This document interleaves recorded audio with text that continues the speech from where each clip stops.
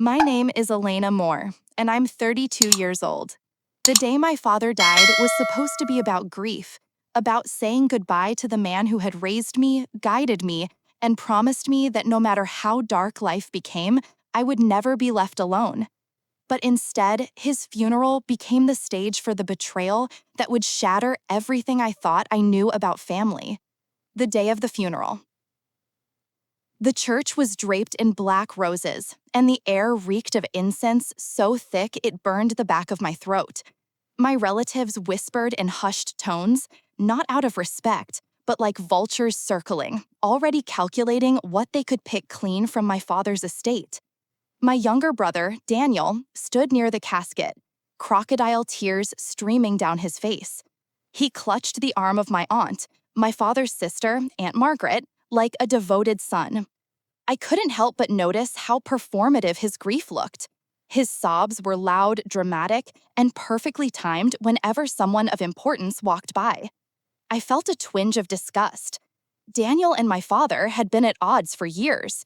He was reckless, constantly drowning in gambling debts, and had begged my father for money countless times. My father always said, "Elena, you're my rock. Daniel will have to learn to stand on his own." So why was Daniel suddenly playing the grieving son of the year? Whispers in the dark. After the ceremony, I overheard snippets of conversation. "Did you hear? Daniel's been such a good boy, taking care of Margaret during these hard times." Maybe the old man finally saw Daniel's worth. I froze. These weren't random gossip lines. They were carefully planted. Someone was rewriting history, turning Daniel into the golden child and painting me as the cold, distant daughter. When I stepped closer, the whispers stopped. Eyes flicked toward me, judging, measuring. For the first time that day, I felt something colder than grief, a warning. The will. A week later, we gathered in my father's study for the reading of the will. The room smelled like old leather and cigars, the scent of my father's presence still lingering. I sat in the chair where he used to tell me his business plans late into the night, where he'd once promised, "Don't worry, Elena, everything I've built will one day be yours to safeguard." The lawyer, Mr. Hargrove, adjusted his glasses and began.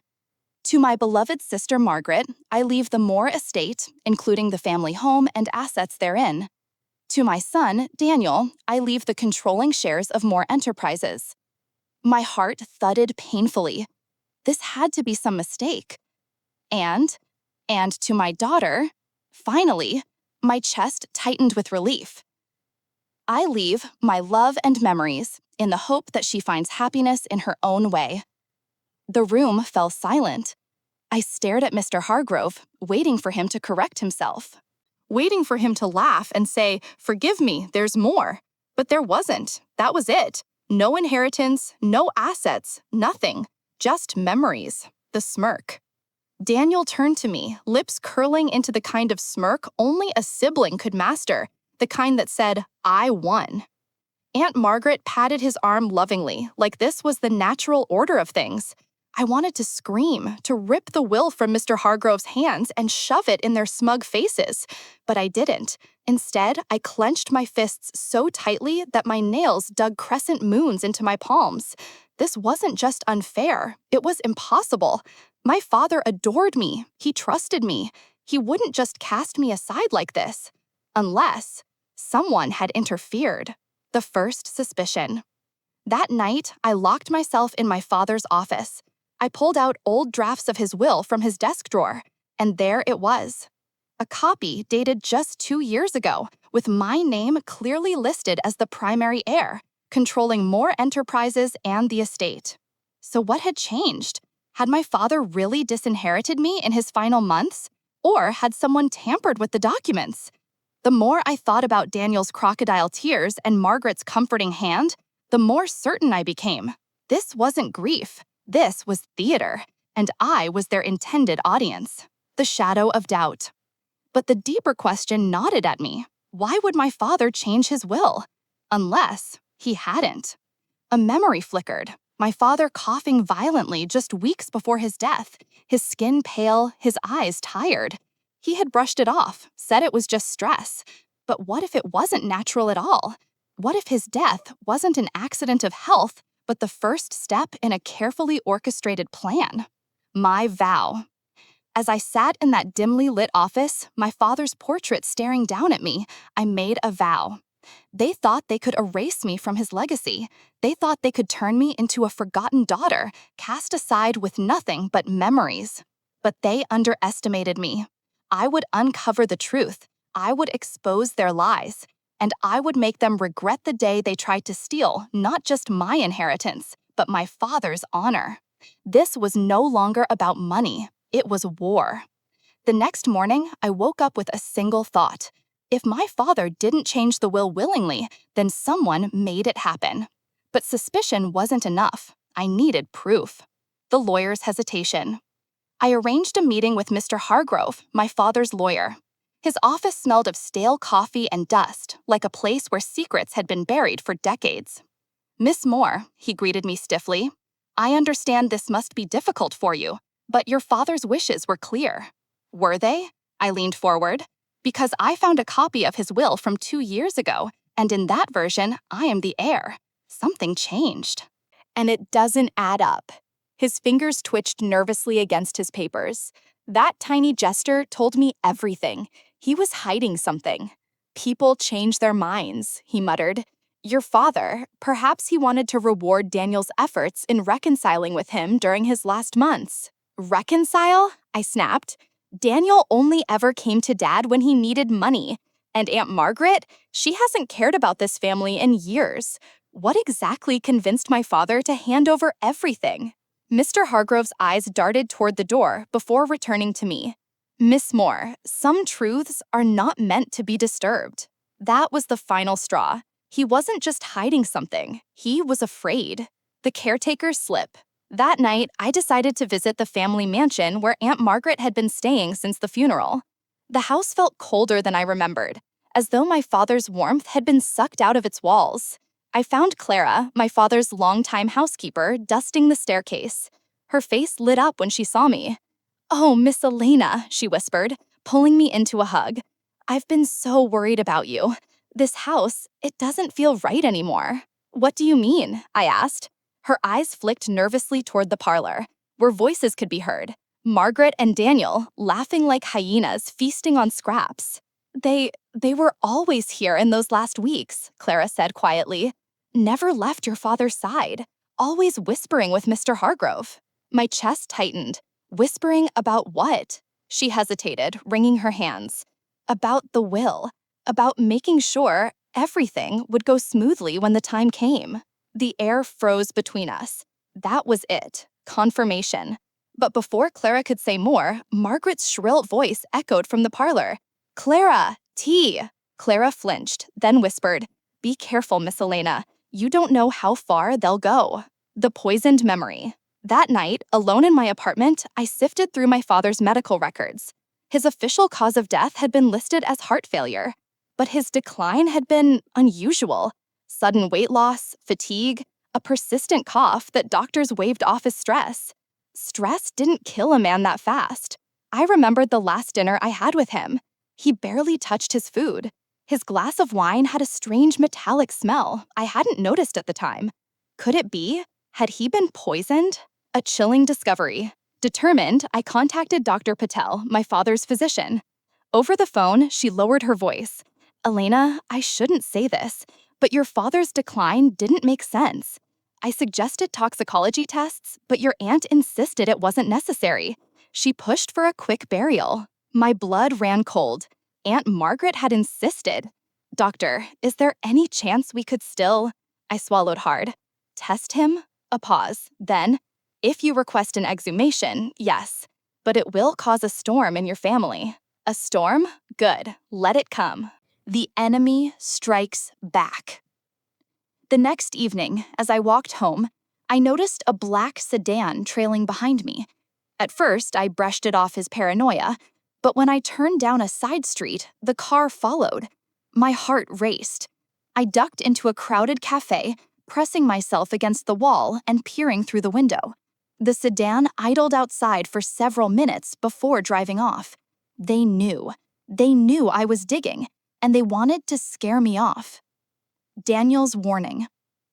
2 days later, Daniel showed up at my apartment unannounced. He looked smug, leaning casually against my doorframe. "Still playing detective, sis," he sneered. "You should really stop. You'll only embarrass yourself." I folded my arms. Embarrass myself or expose you? His smirk faltered for just a moment before returning. "Dad left me everything. It's done. Nothing you can do will change that." I stepped closer, lowering my voice. "Unless the will was forged. Unless he didn't die the way you claim." His jaw tightened, his mask slipping. "Careful, Elena. You don't want to make enemies you can't handle." And then he was gone, leaving the faint scent of expensive cologne and the chilling echo of his threat. My decision. That night, I sat at my desk staring at my father's portrait. His eyes, even in paint, seemed to urge me forward. This wasn't just about me anymore. It was about justice, for him, for the truth he was denied in death. They thought they could silence me with fear, but fear only sharpened my resolve. I picked up the phone and called Dr. Patel. My voice didn't waver. "Do it. File the request for an exhumation. I'll handle the fallout." Because if my family wanted a war, they were about to get one. The request for my father's exhumation was approved faster than I expected. Maybe it was fate, or maybe the authorities had been suspicious all along, but needed someone brave, or foolish, enough to demand answers. The grave unearthed. I stood at the edge of the cemetery as the diggers lowered their shovels into the earth. The air was damp, heavy with the smell of wet soil and the faint rustle of leaves. Beside me, Dr. Patel adjusted her glasses, her face grim. "Are you sure you want to see this, Elena? It can be difficult." "I have to," I whispered. "If he was taken from me, I need to know." When the coffin was lifted, my heart clenched. That box should have been sacred, untouchable. But now it was evidence. Evidence of betrayal. The autopsy. The morgue was freezing, the kind of cold that seeped into your bones. I stood behind a glass partition as Dr. Patel and her team worked. Every sound, the metallic clink of instruments, the squeak of gloves, felt amplified. Hours passed. My nails dug crescents into my palms as I waited. Finally, Dr. Patel emerged, her face pale. "Elena, we found traces of digitalis in his system, an extremely high dose." "Digitalis?" My throat felt dry. She nodded. "It's a drug used for heart conditions. In small amounts, it can help. In large amounts, it can stop the heart altogether. Your father didn't die of natural causes. He was poisoned." The room spun. I grabbed the edge of the chair to steady myself. Poisoned? My father had been murdered? A hidden hand. "Do you know who had access to his medication?" Dr. Patel asked gently. The answer was immediate. Aunt Margaret. She'd been the one controlling his meals, his medicine, his schedule. And Daniel, he was always hovering, waiting like a vulture for scraps.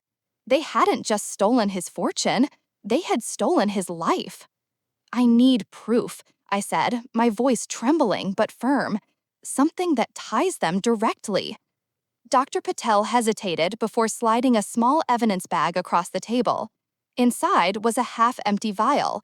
"We found this in his system. It wasn't prescribed. Someone slipped it into his food or drink." I stared at the vial, my fury crystallizing into determination. The documents. That night, I returned to the mansion, sneaking into my father's old study. Dust covered the shelves, but the scent of leather and tobacco lingered, a memory of his presence. I rifled through the drawers, searching for anything, letters, notes, anything that might help.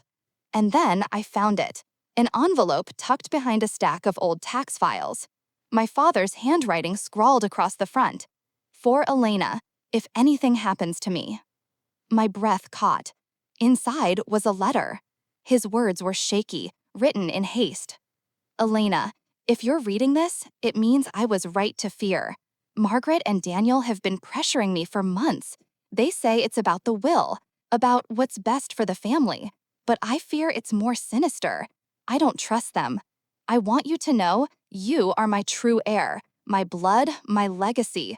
If anything happens to me, don't believe it was natural. Fight for the truth." My hands shook as I clutched the letter. He knew. My father had known they were coming for him.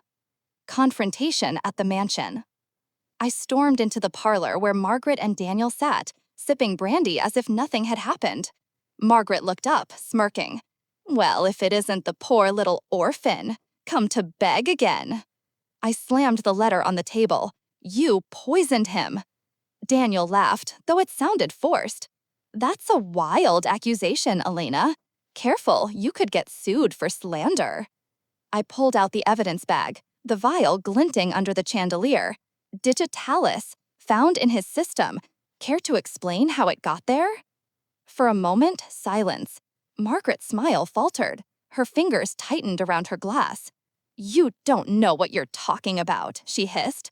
"Oh, I do," I shot back. "And soon, the police will too." The mask slips. Daniel stood abruptly, knocking over his chair. "You think anyone will believe you? You're nothing, Elena. You've always been nothing. Dad finally realized it. That's why he cut you out." "Funny," I said coldly, "because Dad wrote me this letter, naming you both as threats. Want to see his words?" I waved the paper, and Daniel's face went pale. Margaret hissed at him. "Sit down, you fool." That was when I knew I had them. They were guilty, and they knew the walls were closing in. The attack. But guilt doesn't mean surrender. That night, as I walked back to my car, someone lunged at me from the shadows. A gloved hand clamped over my mouth. A voice snarled in my ear. "You should have stayed quiet." Panic surged. I elbowed my attacker hard, breaking free just long enough to scream. A passerby shouted, and the figure bolted into the darkness. My heart pounded as I staggered to safety. They weren't just trying to scare me anymore. They wanted me dead. My resolve. Sitting in the police station later, giving my statement, I realized something chilling. Exposing them wouldn't just be about inheritance anymore. It was about survival. Margaret and Daniel had killed once, and if I wasn't careful, I would be next. But I wasn't backing down. Not now, not ever. For my father, for justice, for the truth. The failed attack against me only sharpened my resolve. Fear had burned away, replaced by something far stronger: rage. Margaret and Daniel thought they could erase me like they erased my father.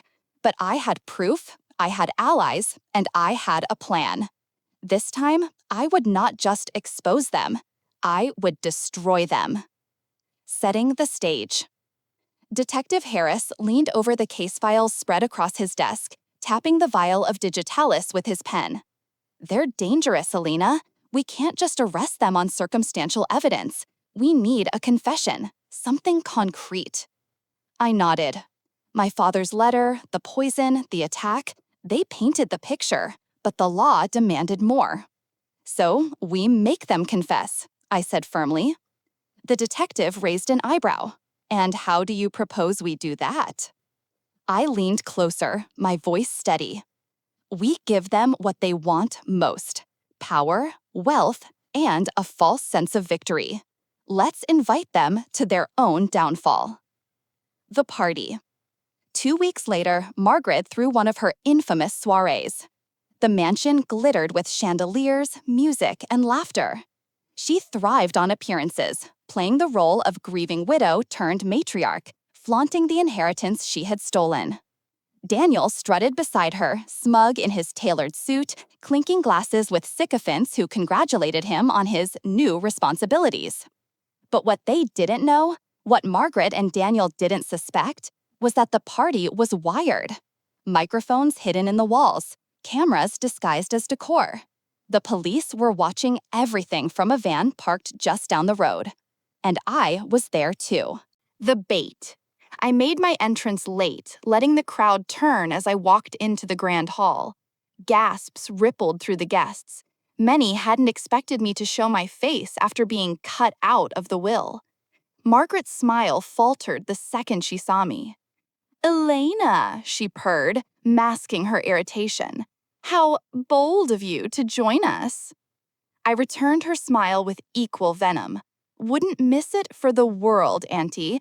After all, Father always said the true measure of a family is how they gather after a tragedy." Her eyes narrowed. Daniel stepped forward, his jaw tight. "You weren't invited." "True," I said, swirling the champagne flute in my hand. "But I figured this party was as much mine as yours, considering the circumstances." Margaret's hand tightened around her glass. "Careful, dear. You wouldn't want to cause a scene." "Oh, I'm counting on it," I replied. The push. Later that evening, as the orchestra swelled and the guests retreated to the ballroom, I cornered Margaret and Daniel in the library. "Still playing host while pretending you didn't murder him?" I said casually, sipping champagne. Daniel's face darkened. "You're insane." I tilted my head. "Am I?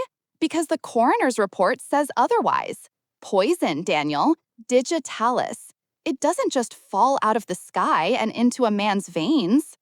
Margaret's mask slipped, her voice turning sharp. "You have no proof. No one will believe you." "Really?" I asked, raising the letter from my father.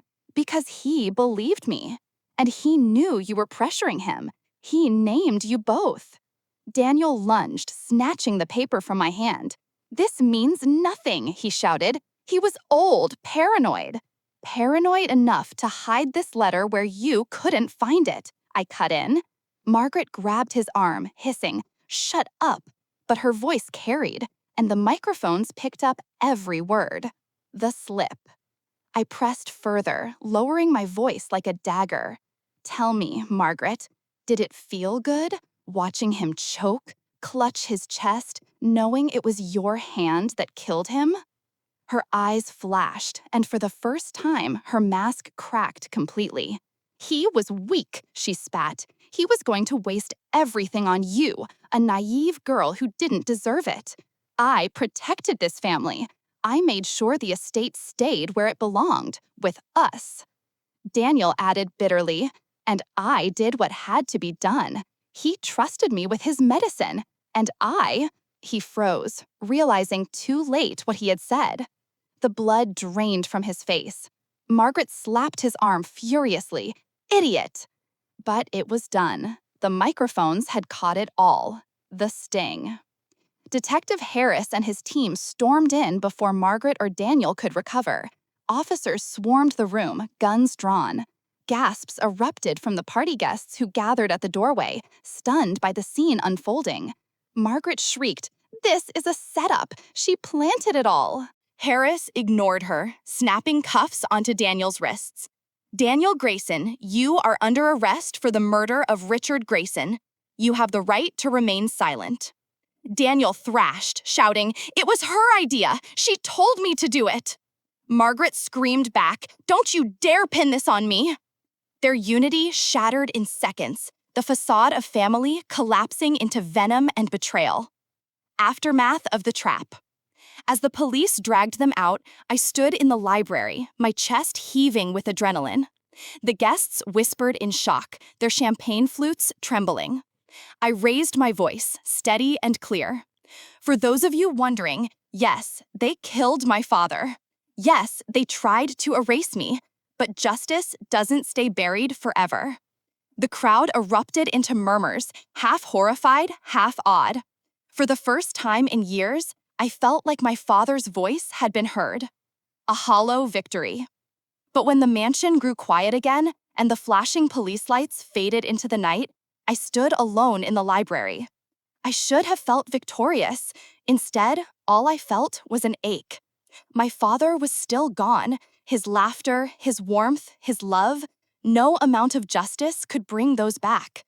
The only thing I had left was his legacy. And now, finally, it was mine to protect. But even as I stood there, staring at his portrait above the fireplace, a thought gnawed at me. If Margaret and Daniel had been willing to kill for the fortune, who else might be waiting in the shadows, ready to strike? Because in families like mine, greed never really dies. The next morning, the newspapers screamed with headlines. Wealthy heir's death, widow and son arrested in shocking poison plot. Greed, murder, betrayal, the Grayson legacy in ruins. Every outlet wanted my statement. Journalists camped outside the mansion gates, cameras flashing whenever I appeared. To the world, I was the tragic heroine, betrayed but triumphant, the daughter who exposed the villains.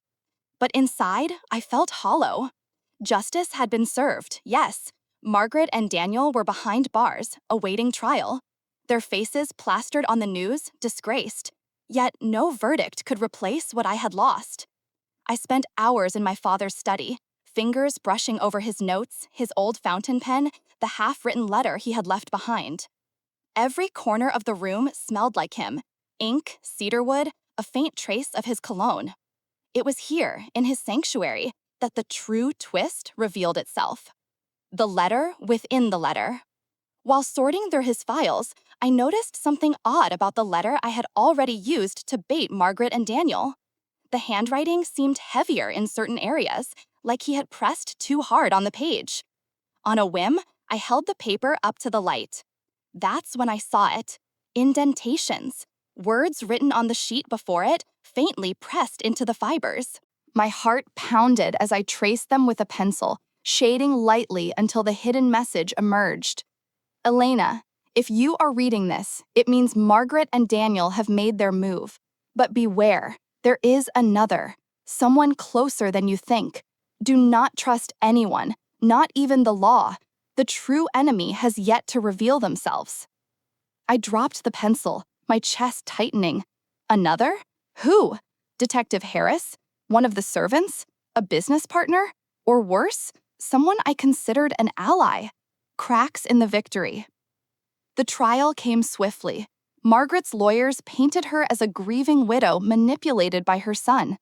Daniel's defense tried to cast him as a naive pawn in his mother's scheme. But the recordings we'd captured were damning.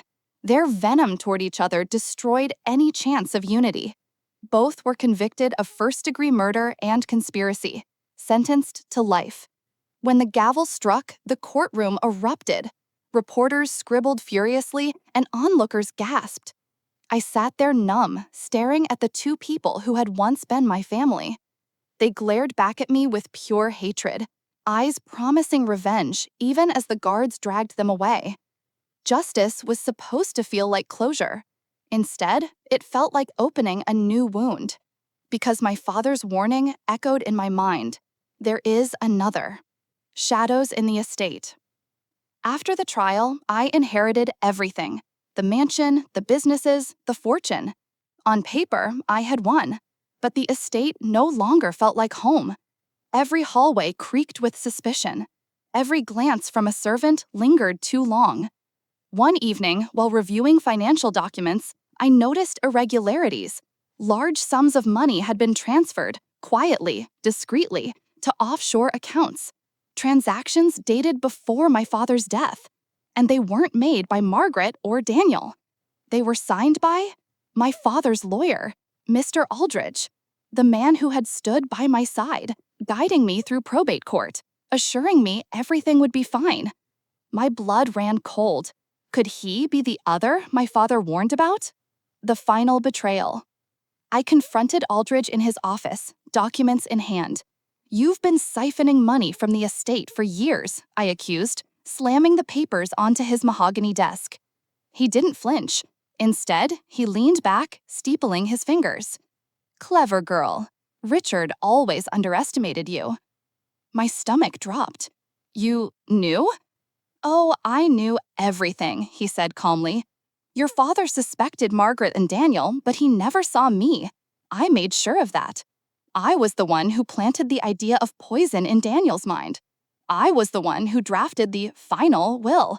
I orchestrated everything. My knees threatened to buckle. You killed him? Aldridge smiled faintly. Not with my own hands, but yes, I arranged it. And you, Elena, played your part beautifully. You brought them down for me. Now, the estate is yours, soon to be mine. Before I could react, he pulled a revolver from his drawer. The last stand. Don't bother screaming, Aldridge sneered. No one will hear you. We'll make it look like you couldn't handle the pressure. A tragic suicide. Poetic, don't you think? My pulse thundered in my ears. But as he raised the gun, something my father once told me flashed in my mind. Elena, never let fear paralyze you. In our family, survival is strategy. With a surge of adrenaline, I grabbed the heavy crystal paperweight from his desk and hurled it at his hand. The gun clattered to the floor. We struggled, his hands clawing for my throat. Desperate, I slammed the alarm button on his desk, something most law firms kept for emergencies. Within minutes, security and police stormed the room. Aldridge was dragged away, cursing my name. The true enemy falls. The news hit harder than the first scandal. Grayson lawyer arrested, mastermind behind patriarch's murder exposed. This time, the world saw not just greed, but corruption at the highest level. The betrayal cut deeper because Aldridge had been trusted, not just by me, but by my father. As he was sentenced to life in prison alongside Margaret and Daniel, I felt a twisted sense of relief. The other had revealed himself. The shadow was gone. Epilogue, a legacy reclaimed. Months passed. The mansion grew quieter. The estate slowly began to breathe again. I restored my father's study, leaving everything as he had. His portrait hung above the fireplace, and sometimes, when the night was still, I swore I could hear his voice. You did well, Elena. You survived. I had lost so much, my innocence, my trust, my family. But I had gained something else, strength. The Grayson legacy was mine now, not because of blood or money, but because I had endured where others had fallen. And though shadows still lurked in memory, I swore one thing as I stared at my father's portrait. No one would ever steal my family's legacy again.